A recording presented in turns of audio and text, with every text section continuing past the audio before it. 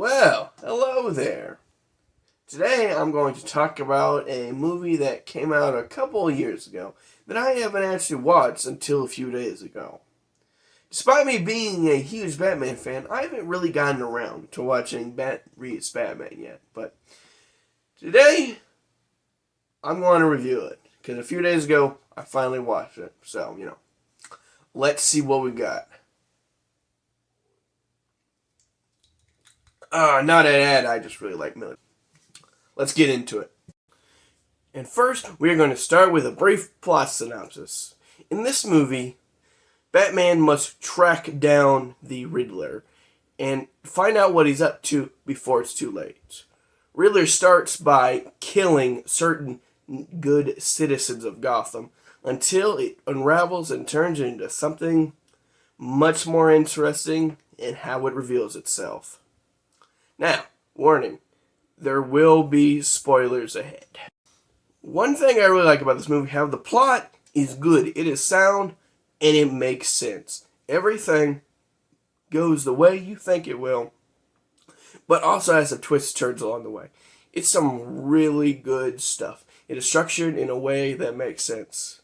And speaking of writing, the good character writing is also there. Each person has their own style of talking that makes sense to them. So every character has their own voice in a unique way.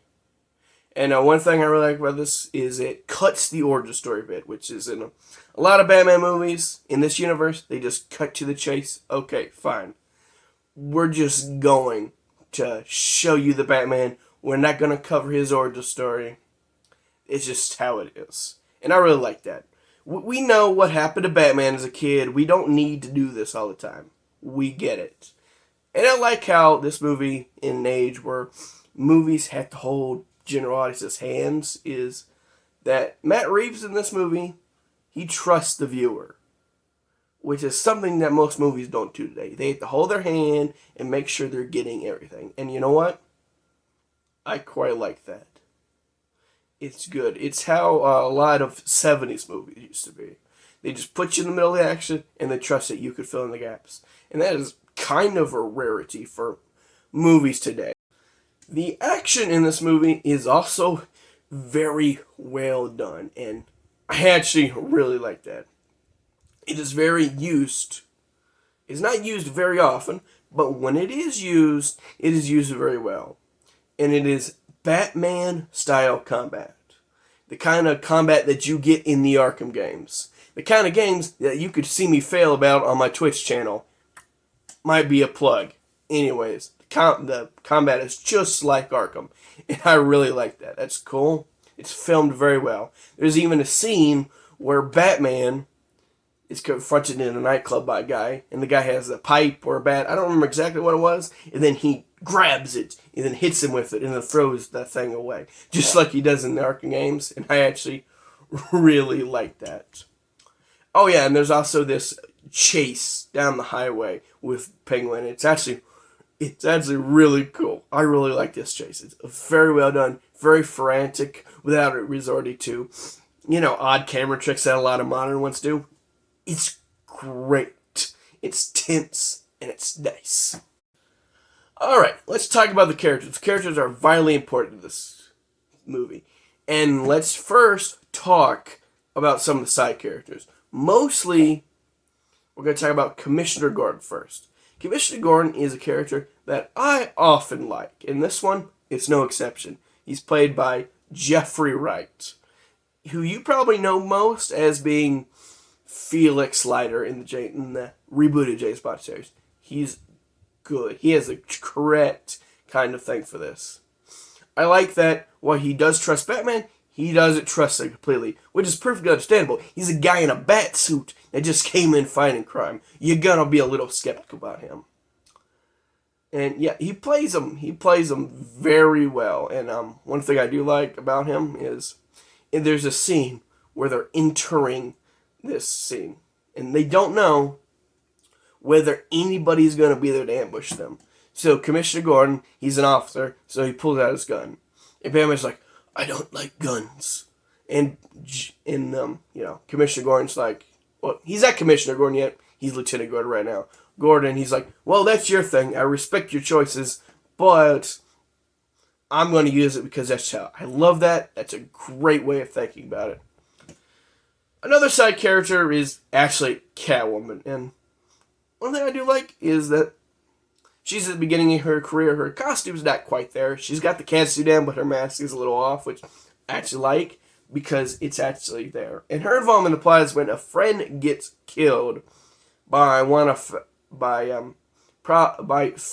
Falcone, and she wants to find out what happened, and she ultimately wants revenge on Falcone.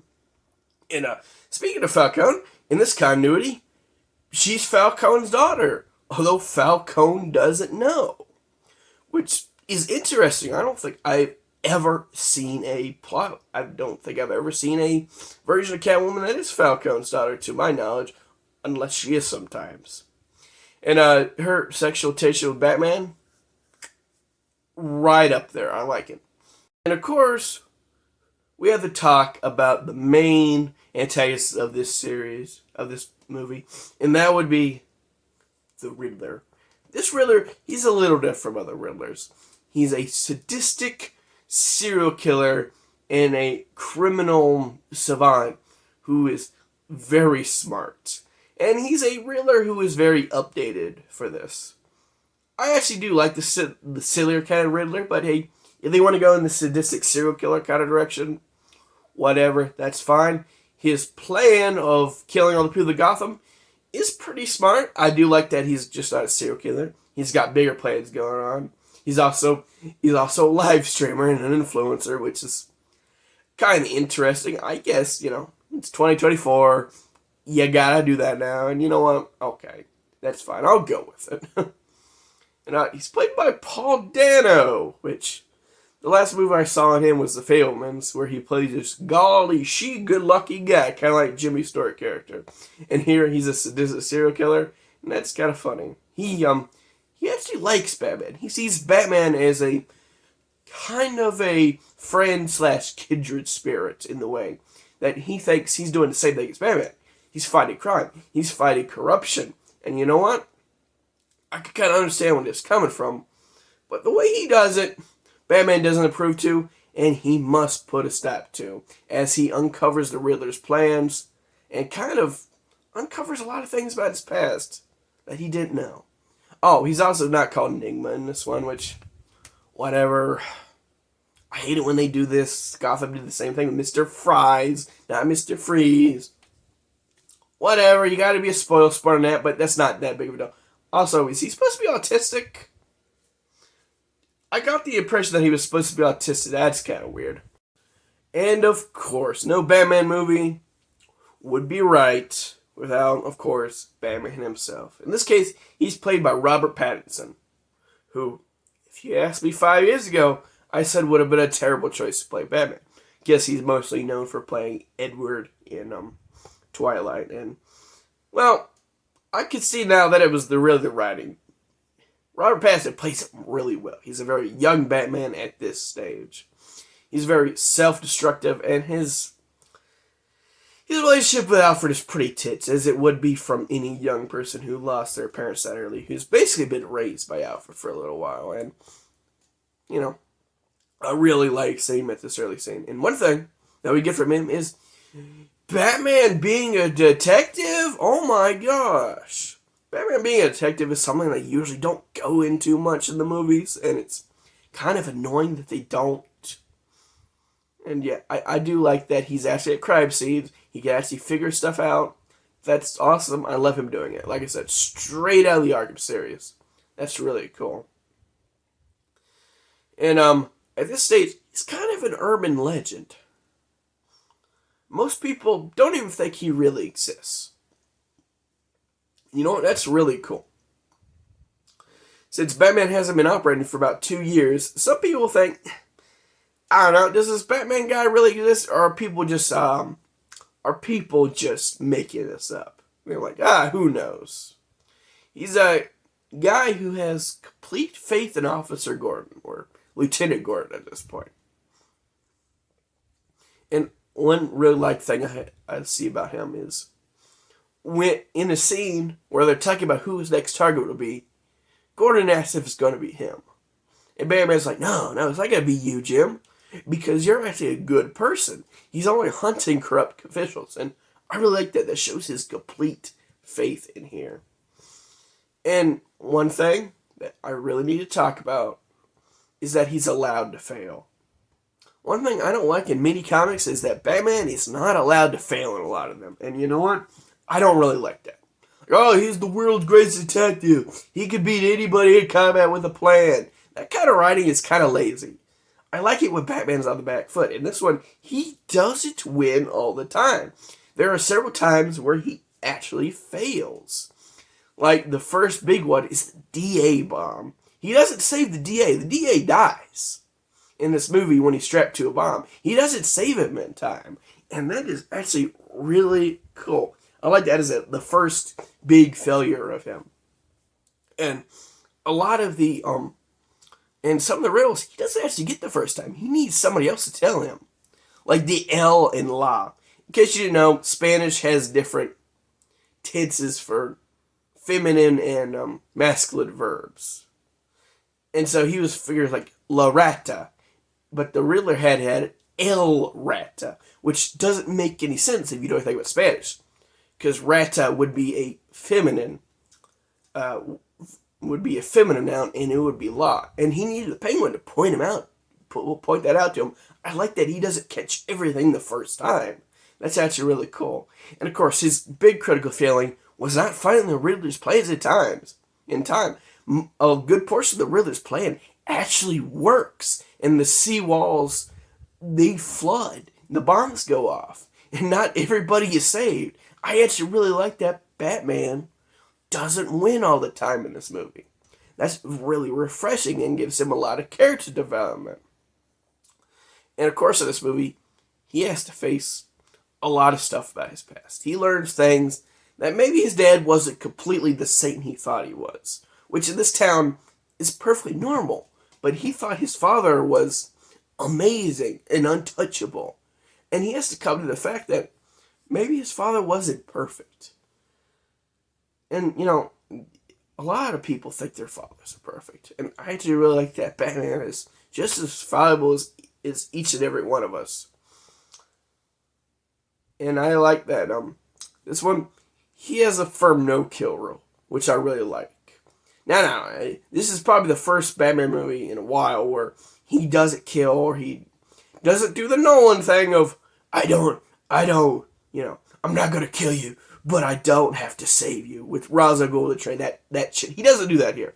He saves everyone, which I really like. Batman's no-killing rule holds firm in this one. That's an A+ for me. I really like that. Batman's really good in this Batman movie. Who knew? Okay, let's talk about some of the minor characters, kind of rapid fire here. First, we're going to talk about Alfred. Alfred, he's played by Andy Serkis. Good actor. His portrayal of Alfred it's perfectly fine. I like it. Him and Bruce are they're very family oriented, which, that's really cool. There's this one line where, Thomas Wayne considered him family, which I really like. Because not a lot of Batman media kind of portray that right. And you can see when he's cracking code that he used to be in the OSS.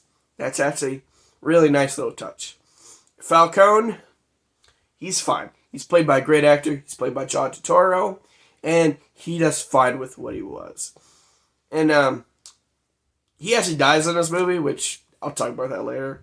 And he's powerful. He has everyone under his sway. And what he shares in common with his Gotham counterpart is that he likes to strangle people, which is interesting. I like the Gotham counterpart better because he actually has more time to shine. They don't kill him in the first movie, which we'll talk about that later.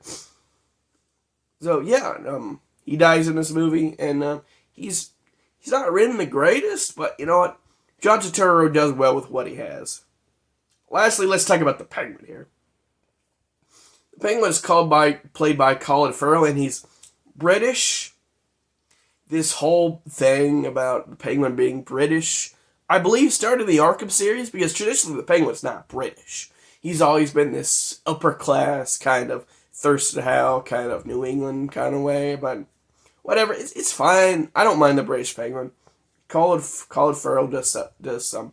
He does great with the role, and I really like it. There's a new series coming out of him, and I probably will watch it. I really like that. Anyways, that's kind of all the minor characters kind of wrapped up. I'm not really going to talk about anyone else, because a lot of them else are kind of, they're just kind of there. Alright, now, quickly what I'm going to do here is, I'm just going to talk about some little things, some little teases. One thing I like is, at the end, Bloodhaven is mentioned, which is where Nightwing works out of later in the series. Which, I like that. Little world building there. And also, Joker is at the end. Are they doing the second movie with him? I don't know. We'll see. I think that was the Joker at the end. It's nice. Now, there are only a few failings that I see. For instance, they killed off Carmine Falcone too soon, which is a trend with Batman movies. Is that a lot of them tend to kill off Falcone in the first movie, which I don't get. Falcone is pretty useful for storytelling, like he is in the comics and in the Gotham series. I don't know why they do that. Nolan did that too. I don't know why they want to repeat the mistake here, but whatever. I guess they didn't want to get John Turturro for the sequel. It is what it is. And also the bat symbol. Bat symbol sucks. I don't like the bat symbol in this. The bat symbol's been good in all the other movies. I just don't like this one. It looks stupid. I don't like it. Okay, now that we're at the end, why haven't I seen it? I'm a big Batman fan. Why haven't I seen this yet? First of all, I didn't see it in theaters because I live in the middle of nowhere. And it's about an hour just to go to a movie theater, so I usually don't go to theaters. And is why I haven't seen it at home is 3 hours for a movie is actually a pretty big commitment. So, yeah, it just happens sometimes. Like, you could watch 3 hours of a TV show, kind of have it in the background while you work, and that's just how it is. I had to pay attention to the movie, and so I put it off for a long time despite having Max. But now that I've seen it, I'm really glad I have. It's really nice. I had to have this whole intro planned. It was supposed to be out in the woods. I was going to move my metal folding chair and my new tripod out there, but it decided to rain. And I don't want to film it later, so we're just going to do it inside as it is. So, let's just go with it. Overall, movie was good. I really liked it. It is kind of a rarity today. It's a movie that trusts the audience, with actually putting it together yourself without it being spoon-fed to you. And it has a lot of stylism that a lot of movies don't have. I like the MCU, but it's just kind of boring and stale in the stylist department. I like that. It's a comic book, and it looks like a comic book movie, and it feels like a Batman movie. And I really like that. I really look forward to the Penguin series, and I really look forward to this series. To the next movie in the series. And yeah, that's about it. It's a good movie. Go watch it. I know I've spoiled it a bit, but, won't stop you from watching it on Max, That's good. So, leave a like, leave a comment, leave a dislike. I don't know. I don't know who you are. And, come check me out on my Twitter, on my Blue Sky, all kinds of things, They're all in the link description. Just go look at them. Who knows? Anyways, that's it for today. And, you might see a couple of mistakes here. You might see a few shots of the woods where I had to go because it started raining. Anyways, I'll see you later. Have a great day and go watch the Batman. Well, hello there. Welcome to Coming. Well, hello there. Oh, hey man. Well, first off, I live in the middle of nowhere. And second off, 3 hours is a lot of commitment to a movie. This isn't like a TV show. Oh, motherfucker.